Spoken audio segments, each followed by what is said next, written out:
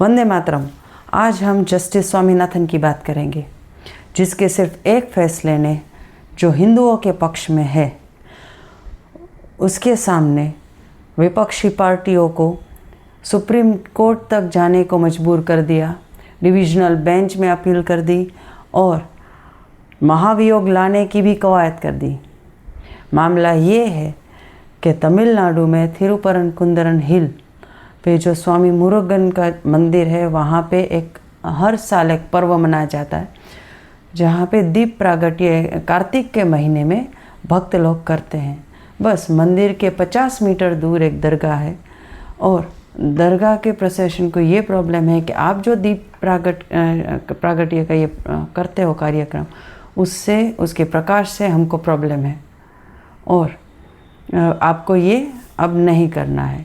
तो उसके लिए भक्त, मंदिर प्रशासन नहीं, भक्त कोर्ट में गए कि हमको ये इतने सालों से हम कर रहे हैं, ये हमको कंटिन्यू करने दो, इसमें किसी की कोई प्रॉब्लम नहीं है, क्योंकि हम तो हमारी प्रीमाइसेस में, मतलब मंदिर की प्रीमाइसेस में कर रहे हैं। और जस्टिस स्वामीनाथन ने ये फैसला सुनाया था कि जो मंदिर की जो जगह है वहाँ पे आप कुछ भी करो, क्योंकि दरगाह की जो एरिया है दरगाह का, उसको छोड़ दो और उसके सामने जो मंदिर का एरिया है उसके अंदर आप कुछ भी करो, कोई मना नहीं कर सकता। और अगर चाहिए तो आप पुलिस की भी हेल्प ले सकते हो, क्योंकि ये गवर्नमेंट की ड्यूटी है, लॉ को मेंटेन करने की गवर्नमेंट की ड्यूटी है। तो आप पुलिस प्रशासन की हेल्प ले सकते हो और अगर चाहिए तो CISF के जवान को भी आप इसमें इंक्लूड कर सकते हो। ये एक इश्यू था। अब इसके सामने हम सभी को पता है कि तमिलनाडु में कौन सी सरकार है और इसी वजह से यहाँ विपक्षी पार्टियाँ सुप्रीम कोर्ट में गई। सुप्रीम कोर्ट से ये जवाब आया कि आप हमारी धैर्य की परीक्षा ना लें, क्योंकि ये जो आया है ऑर्डर वो हाई कोर्ट से आया है और हाई कोर्ट का ऑर्डर तो सभी को मानना ही पड़ेगा। तो वहाँ पे फेल हो गए। फिर वो डिविजनल बेंच में गए थे। डिविजनल बेंच में 2 जजों ने यही बोला कि ये इस फैसले में कोई प्रॉब्लम नहीं है, कि दरगाह की जगह छोड़ दो और आपको मंदिर की जगह में जो भी करना है वो करो। और महाभियोग लाने की भी ट्राई की, मगर प्रॉब्लम क्या हुई कि उन लोगों के पास संख्या नहीं हुई। अब ये इश्यू था, मगर इस पूरे इश्यू से जो जस्टिस स्वामीनाथन है वो ना ही प्रेशराइज हुए, उल्टा अपना काम सही तरीके से उन्होंने कैसे निभाया। 16 दिसंबर को अपने कोर्ट में तलब किया कि इसको chief secretary of state, ADJ law and order, district magistrate, police commissioner को भी तलब कर दिया। और क्यों? क्योंकि यहाँ पे जो मैंने अभी डिस्कस किया वो एक मामला नहीं, 2 मामले थे और दोनों मामलों में कॉमन ऑर्डर निकाला कंटेम्प्ट ऑफ कोर्ट का, कि कोर्ट ने आपको आदेश दिया है फिर भी आप फॉलो नहीं कर रहे हो। मतलब कि ये, और बाकायदा ये ऑर्डर लिखा गया, ओरली नहीं बोला गया। अगर कोई ऑर्डर लिखते हैं तो उसको सीरियसली ही फॉलो करना पड़ता है। अब जब ये सुनवाई चल रही थी तब वीडियो कॉन्फ्रेंसिंग के ज़रिए additional director general of police, chief secretary of state हाजिर थे और जब सुनवाई चल रही थी यहाँ पे सवाल जवाब चल रहे थे और चीफ सेक्रेटरी सिर्फ कुछ पेपर्स लेके पढ़ रहे थे। ऑनलाइन ये सेशन जा रहा था।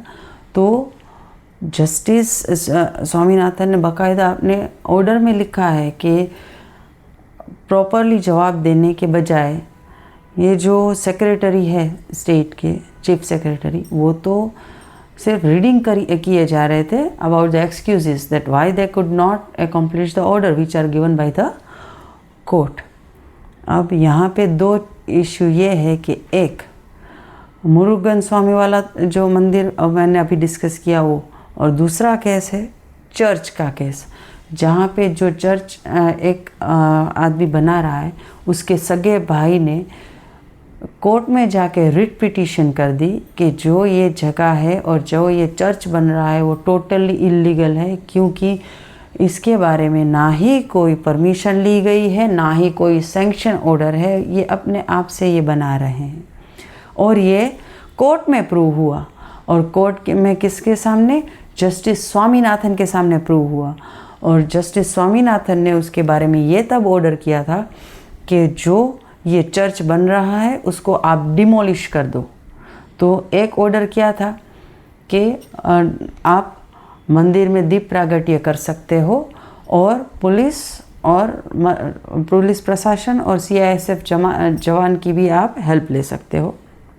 और दूसरा केस किया था और ऑर्डर, तो चर्च का जो जज ने ये बोला था कि चर्च को डिमोलिश कर दो, क्योंकि ये प्रूव हो चुका है कि ये इलीगल है। अब दोनों में से एक भी ऑर्डर का फॉलोअप नहीं लिया गया।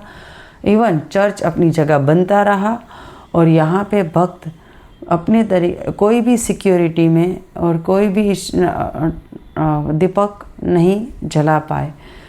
अब ये मामला जब गया तो कोर्ट ने कंटेम्प्ट ऑफ कोर्ट बोला है, जस्टिस स्वामीनाथन ने कंटेम्प्ट ऑफ कोर्ट बोला है, और नेक्स्ट डेट को डिटेल्ड एफिडेविट देने के बारे में बात की है कि अब डिटेल्ड एफिडेविट दो कि ये क्यों नहीं हुआ, ऐसा कि आप कोर्ट के ऑर्डर्स क्यों नहीं मान रहे हो, किसको ऑर्डर दिया था, कितने पुलिस अधिकारी थे, कौन वहाँ पे मौजूद था, कौन वहाँ पे तहसीलदार था जिसने ये होने दिया, और किसकी शहर से ये सारा हो रहा है, ज़रा नेक्स्ट डेट को हमको इन्फॉर्म करो।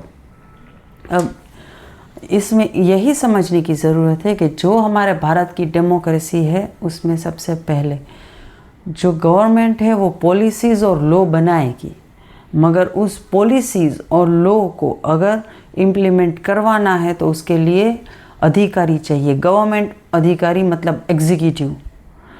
अब वो काम नहीं कर रहे हैं तो जुडिशरी के पास पावर है कि वो ऑर्डर दे सके।